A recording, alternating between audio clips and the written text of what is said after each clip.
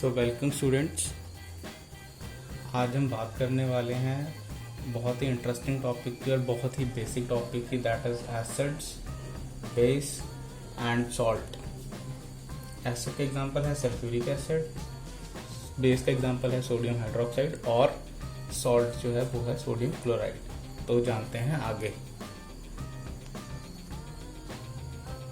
अब देखते हैं एसिड्स और बेसिस के कुछ फिजिकल डिफरेंसेस। तो पहला है टेस्ट। तो acids are sour in test, sour यानी खट्टे, where as basis are bitter in test, bitter base. Similarly जो टच होता है एसिड्स का, that is water like touch, पर जो बेसिस होते हैं वो सोपी टच होता है, स्लाइमी टच होता है इनका, सोप जैसा लगेगा टच करने पर। Effect on litmus. लिटमस एक नेचुरल इंडिकेटर होता है, नेचुरल इंडिकेटर होता है जो कि हमें एक एल्गी से मिलता है और एसिड और बेस की डिटेक्शन करने में हेल्प करता है। तो इसके लिए एक निमोनिक है ABR।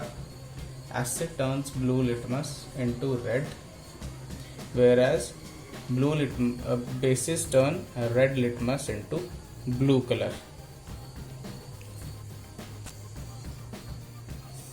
यहाँ पर आप देख सकते हो कि एसिड्स जो हैं रेड लिटमस पर कोई भी चेंज नहीं देते, सिमिलरली बेसिस ब्लू लिटमस पर कोई भी चेंज नहीं देंगे। जैसे कि आप जानते हो लिटमस हमें एल्गी से नहीं बल्कि हमें मिलता है ये थैलोफाइटा डिवीजन के प्लांट्स से, उसके अंदर ये प्रेजेंट होता है।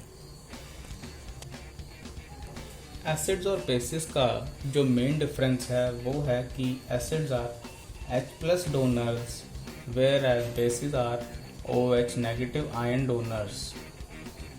इसका एग्जांपल है HCl, H2SO4, HNO3 यानी कि hydrochloric acid, sulphuric acid, nitric acid, and there are many more acids which donates H+ ions, whereas bases are OH or hydroxide ion donors.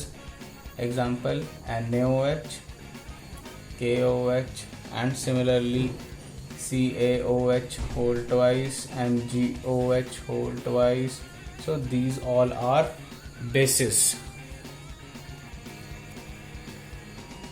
जैसा कि आप लोग जानते हैं कि एक टर्म होती है एसिडिटी, जो बहुत बार ओल्ड एजेस में हमें देखने को मिलती है हमारे घरों में ही, कि किसी न किसी को एसिडिटी हो जाती है जिसकी वजह से इंडाइजेशन होता है और पेन होता है स्टमक रीजन में, और इसको अवॉइड करने के लिए वो लेते हैं इनो या फिर कुछ सोडा जैसा, ताकि उनकी एसिडिटी रिलीव हो सके। और एसिडिटी क्यों होती है? बिकॉज स्टमक में HCl यानी कि हाइड्रोक्लोरिक एसिड जो है वो सिक्रीट होता है, पेप्सिन नाम के जो एंजाइम्स हैं वो सिक्रीट होते हैं, जिसकी वजह से एसिडिटी होती है, और ये एसिडिटी हमारी गट लाइनिंग को डैमेज करती है, जिसकी वजह से पेन होता है। तो उसको रिलीव करने के लिए हम इनो या सोडा देते हैं। और हम ये क्यों देते हैं? Because they are basis and basis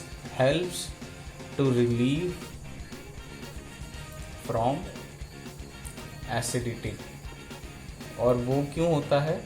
because basis जब भी एसिड के साथ रिएक्ट करेंगे तो वो उसको न्यूट्रल कर देंगे। सिमिलरली अगर एसिड बेस के साथ रिएक्ट करेंगे तब भी वो उसको न्यूट्रलाइजेशन करेंगे और उसकी सिवियरिटी को कम करेंगे। तो अगर किसी के हाथ पर एसिड गिर जाता है, एसिड स्पिल होता है, तो हम क्या करने वाले हैं कि उसके ऊपर बेकिंग सोडा लगा सकते हैं, वाटर में डिज़ोल्व करके इसका सॉल्यूशन हम उसके ऊपर लगाएंगे तो बहुत ज़्यादा आराम मिलेगा। और बेकिंग सोडा होता है सोडियम बाइकार्बोनेट, जो हम आगे पढ़ने वाले हैं सेम वीडियो में। तो स्टूडेंट्स अब हम बात करने वाले हैं इंडिकेटर्स की, इंडिकेटर्स यानी कि those which can distinguish between acid and a base. तो हम बात करते हैं पहले नेचुरल की। नेचुरल के अंदर हमने एक एग्जांपल पढ़ा था लिटमस, जो कि रेड होता है, ब्लू होता है और पर्पल होता है जब वो न्यूट्रल होता है। रेड होता है जब वो एसिडिक होगा और ब्लू होगा जब वो बेसिक होगा। तो ये हमने जाना। टर्मरिक के केस में क्या है, टर्मरिक जब भी हमारे कॉटन क्लॉथ के ऊपर लगता है तो वो येलो कलर छोड़ देता है, येलो कलर का दाग दे देता है, पर जब हम इसको सोप के साथ या डिटर्जेंट के साथ वॉश करते हैं तो ये ब्राउन कलर का हो जाता है और you can say reddish brown हो जाता है, पर वाटर से के साथ क्लीन करने के बाद ये फिर से येलो हो जाता है। तो ये इंडिकेट करता है कि अगर बेस के कांटेक्ट में टर्मरिक आएगा तो वो रेड या ब्राउन कलर का हो जाएगा। So this indicates that there is a presence of base. As you know, soap and detergents are basic in nature. Similarly, synthetic indicators हैं कुछ, that is phenolphthalein and methyl orange, which change color in presence of acids and base. So learners, there are few olfactory indicators for identification of acid and base जो अपनी smell या order change कर लेते हैं in presence of acid and base. Example is vanilla, clove and onion, जो smell change करेंगे acid या base की प्रेजेंस में।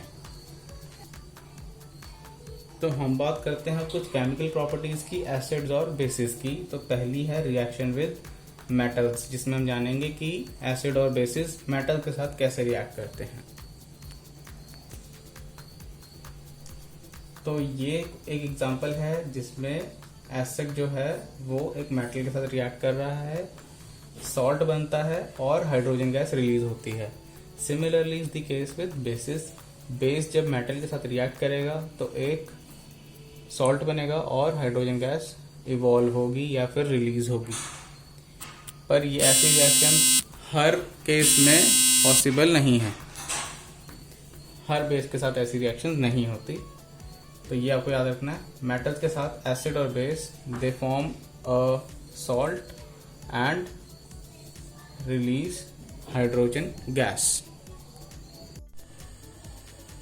सो स्टूडेंट्स, अब आगे बात करते हैं reaction of acids with metal carbonates as well as reaction of acids with hydrogen carbonate और बाइकार्बोनेट। सो बेसिक रिएक्शन में क्या होगा, जब भी एसिड कार्बोनेट्स के साथ रिएक्ट करेगा तो सॉल्ट बनेगा, वाटर बनेगा और CO2 गैस रिलीज होगी। आइए जानते हैं इसको एक सिंपल से एग्जाम्पल के साथ। सो ये रहे कुछ examples. Sodium carbonate reacts with hydrogen chloride and gives sodium chloride, water as well as CO2, as we have learnt in the basics of this particular type of reactions.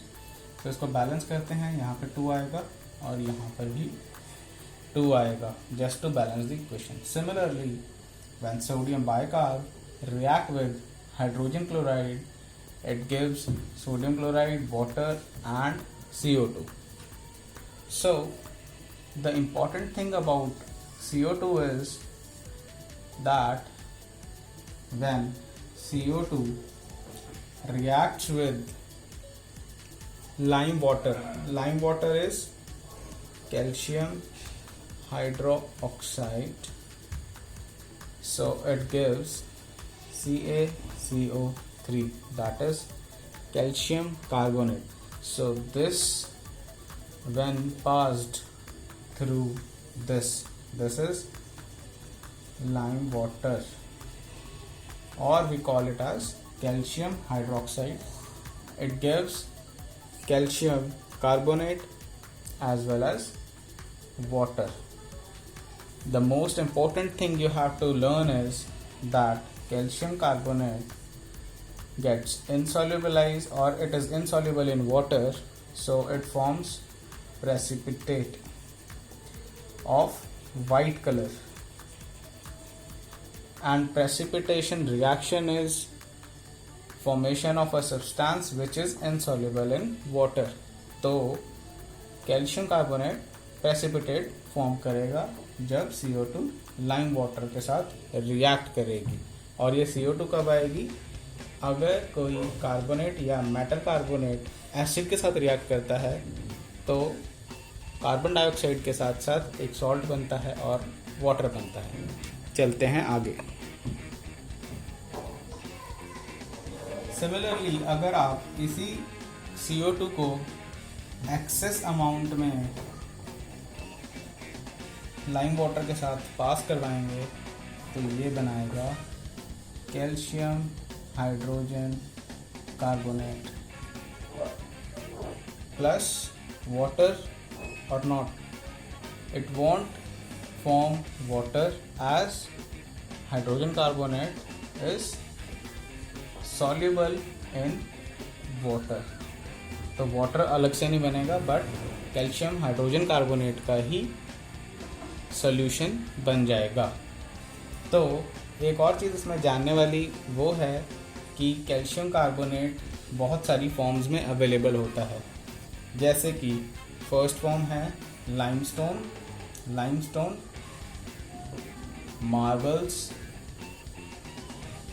And chalks.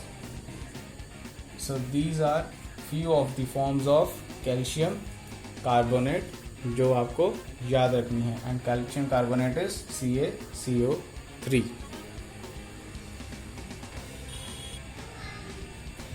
So learners, अब हम बात करने वाले हैं oxides की। Oxide जो है वो जनरली दो टाइप के होते हैं, that is metal oxide and non metal oxide. As you can see here, यहाँ पे कुछ एग्जांपल्स कोटेड हैं: sodium oxide, magnesium oxide, calcium oxide,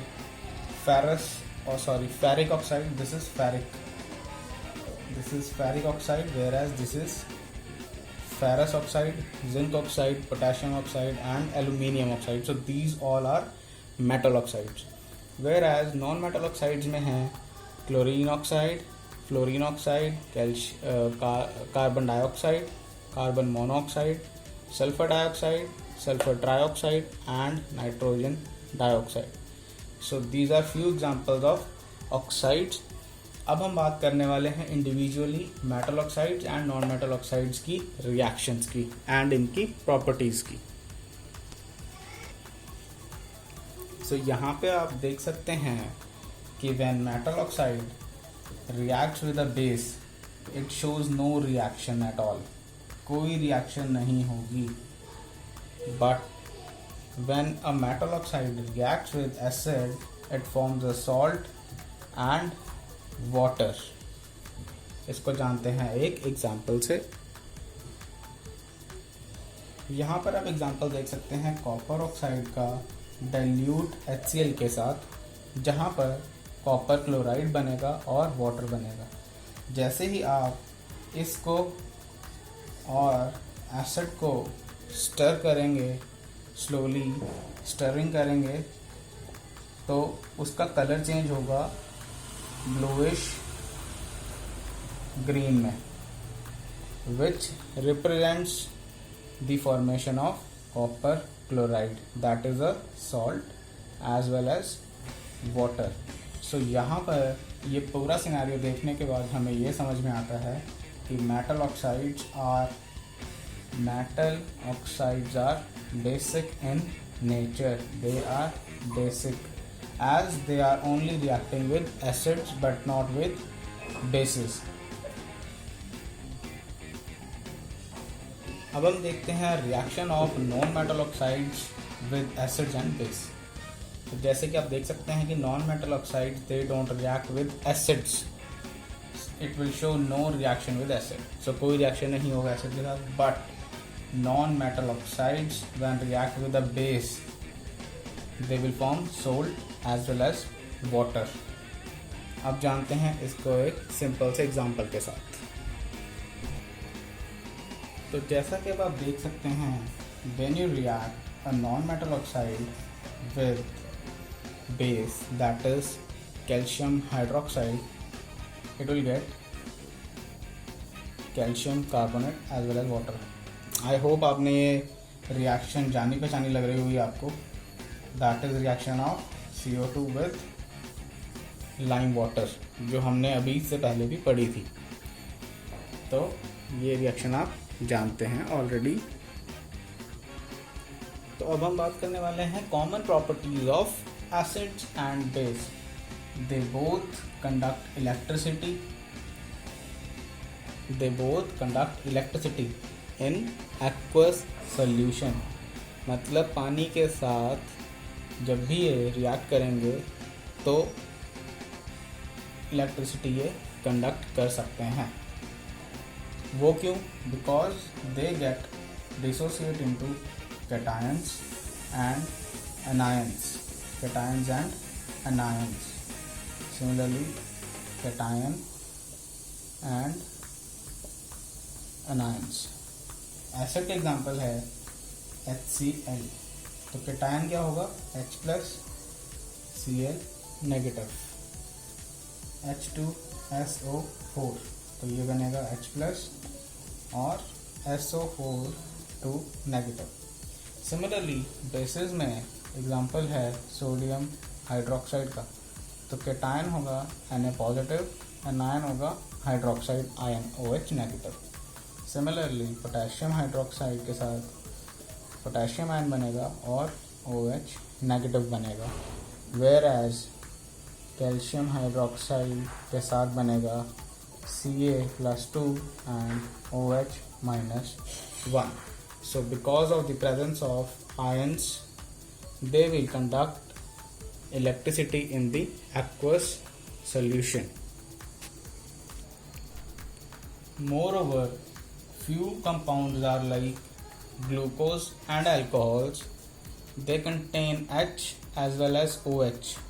Still, they do not conduct electricity in the aqueous solution. मतलब पानी के साथ अगर आप ग्लूकोज को डिज़ोल्व करेंगे और अल्कोहल को डिज़ोल्व करेंगे तब भी वो इलेक्ट्रिसिटी को कंडक्ट नहीं करेंगे, बिकॉज डिसोसिएशन नहीं होगा, यानी कि आयंस नहीं बनेंगे तो इलेक्ट्रिसिटी भी कंडक्ट नहीं होगी।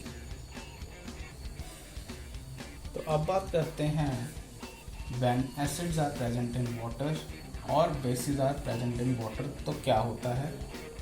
HCl जब वाटर के साथ रिएक्ट करेगा तो हाइड्रोनियम आयन बनेगा। दिस इज कॉल्ड एज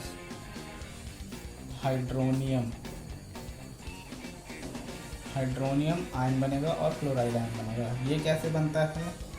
ये बनता है H+ आयन प्लस H2O से। तो ये हाइड्रोनियम आयन बनेगा, डिसोसिएशन होगी, आयन्स बनेंगे। सिमिलरली बेसिस जब वाटर के प्रेजेंस में होंगे तो NaOH में Na+ और OH नेगेटिव। OH होता है हाइड्रोक्साइड आयन होता है।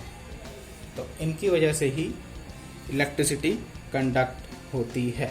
जैसे कि आपको पहले भी डिस्कस किया हमने कि बेसिस जो हैं वो सोपी टच होता है, सोप लाइक टच होता है, and they are corrosive, so do not touch them, do not try to taste them, and if any sort of accident happens then directly consult a physician.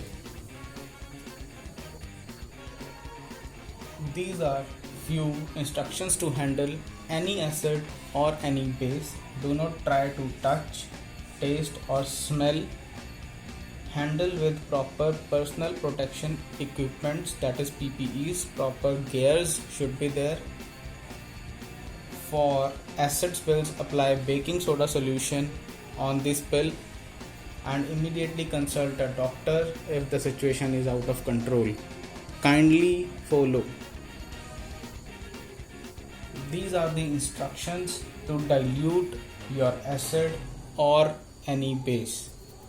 add acid or base to water and never add water to acids because जैसे ही आप पानी acid में डालेंगे तो chances हैं कि वो splash हो सकता है, वो आपके ऊपर गिर सकता है और आपको बर्न कर सकता है।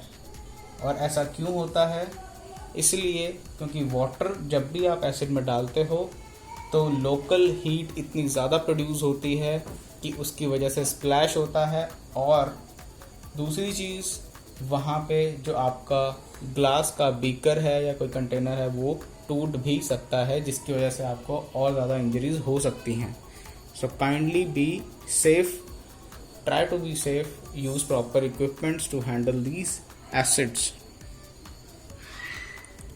अब बात करते हैं कि स्ट्रेंथ ऑफ एसिड या बेस हम कैसे मेजर कर सकते हैं।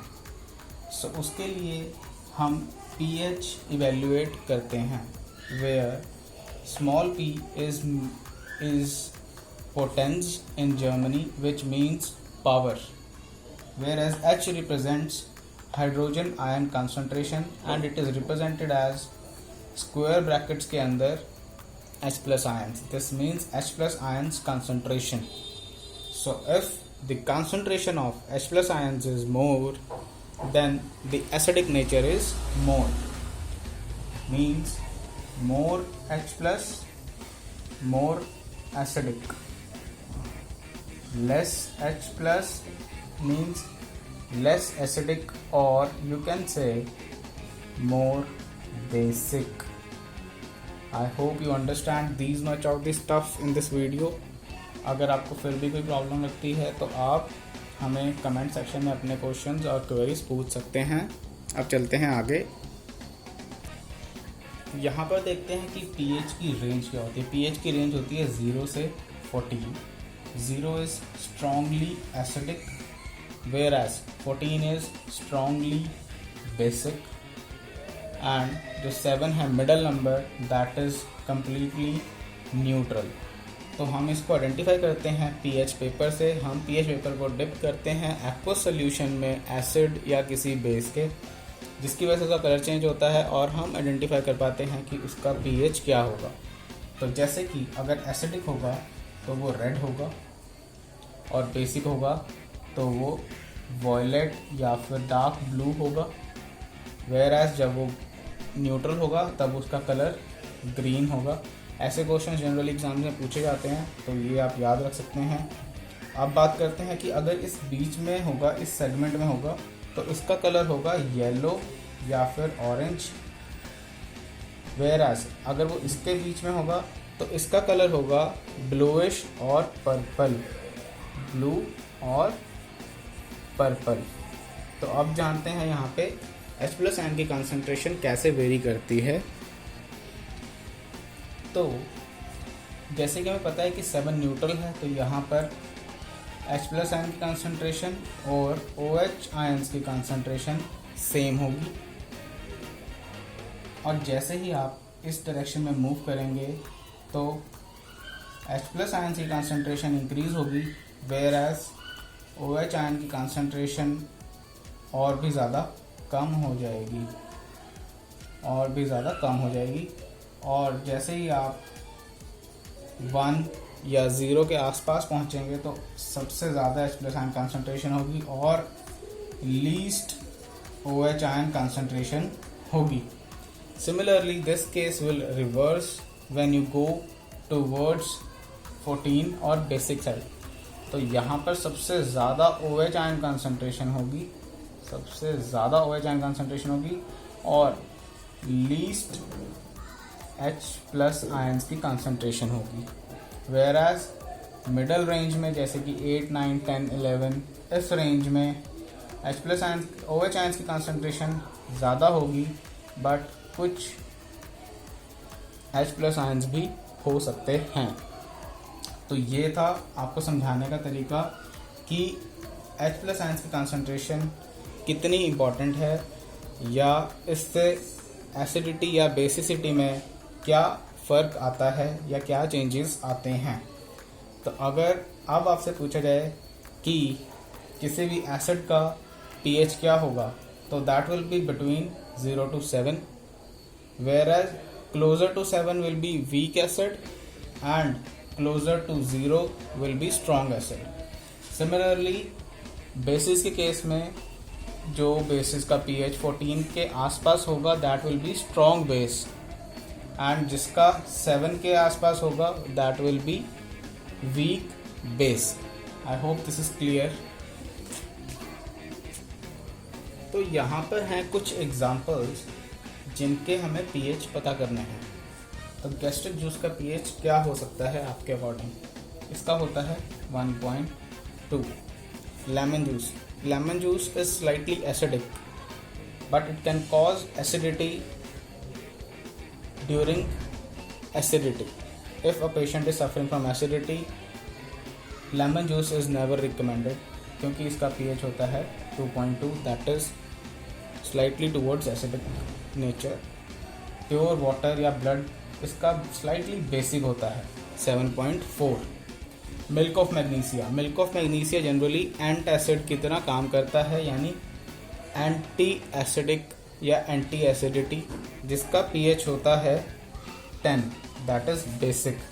और मिल्क ऑफ मैग्नीशिया क्या होता है ये हमें याद रखना है. ये होता है MgOH होल ट्वाइस, यानी कि मैग्नीशियम हाइड्रोक्साइड. सिमिलरली NaOH का pH क्या होगा? It will be 14. बॉडी की pH रेंज कितनी होगी? 7 से लेके 7.8 तक बॉडी का pH जनरली बेसिक होता है. एसिड रेंज हम किसे कहते हैं? जिस रेंज का pH लेस देन 5.6 होगा उसे हम एसिड रेन कंसिडर करेंगे. And there is one more interesting fact, that is Venus जो कि हमारा एक प्लैनेट है सोलर सिस्टम का. वहाँ पर H2SO4 के क्लाउड्स होते हैं जो कि येलो कलर के दिखते हैं. तो वीनस का जो एक्चुअल pH है that is very much acidic. तो ये सब आपको याद रखना है, जिसकी वजह से आपको प्रिकॉशंस लेने में हेल्प होगी और पता लगेगा कि एंटासिड्स क्या होते हैं. तो आप जानते हैं कि एंटासिड्स एक्चुअली क्या होते हैं. एंटासिड्स वो होते हैं जो हमें एसिडिटी से रिलीव करते हैं, पेन कम करते हैं, और chemically they are weak basis. जैसे कि हमने अभी पढ़ा था milk of magnesia, that is magnesium hydroxide. इसका आप याद करें और इसके बारे में थोड़ा सा और जानने की कोशिश करें कि और एंटासिड्स कौन से हैं जो हम जनरली यूज़ करते हैं. और आपने नाम सुना होगा डाइजीन का.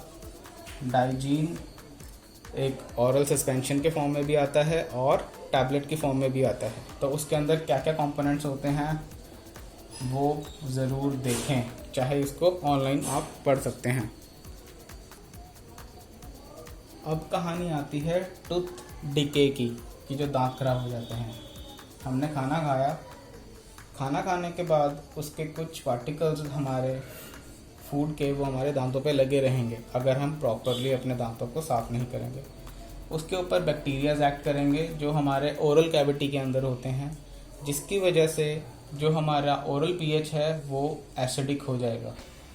एसिडिक होने की वजह से जो हमारे दांतों का कैल्शियम है वो रिएक्ट करेगा फॉस्फेट्स के साथ और क्रिस्टल्स की फॉर्मेशन होगी.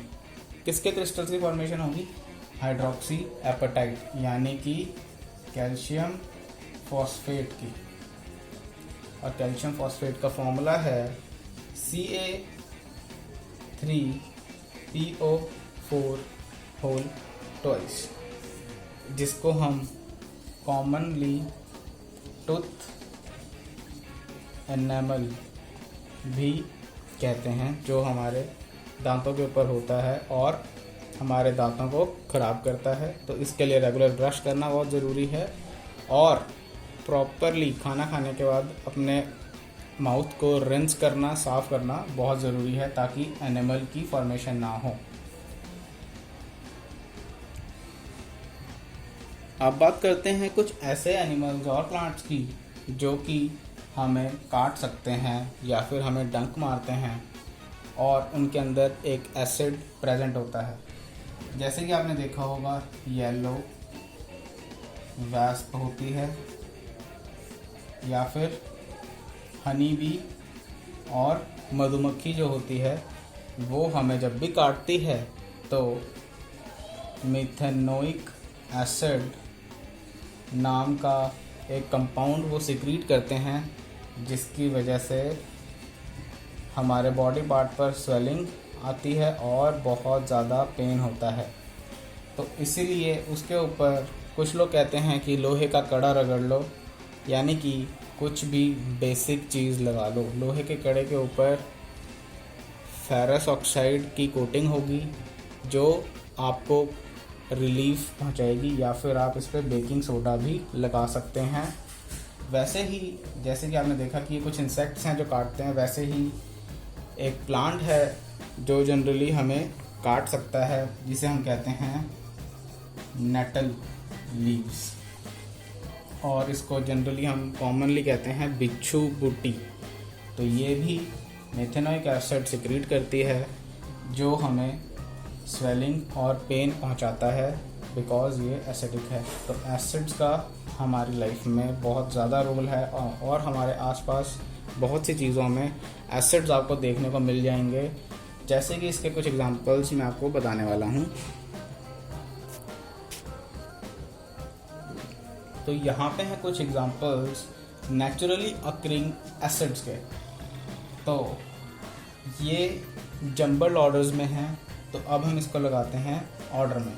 तो विनेगर में होता है एसिडिक एसिड, ऑरेंजेस के अंदर होता है सिट्रिक एसिड, टैमरिंड के अंदर होता है टार्टारिक एसिड, टमाटोस के अंदर होता है oxalic acid, whereas curd के अंदर होता है लैक्टिक एसिड। तो these are few acids that occur naturally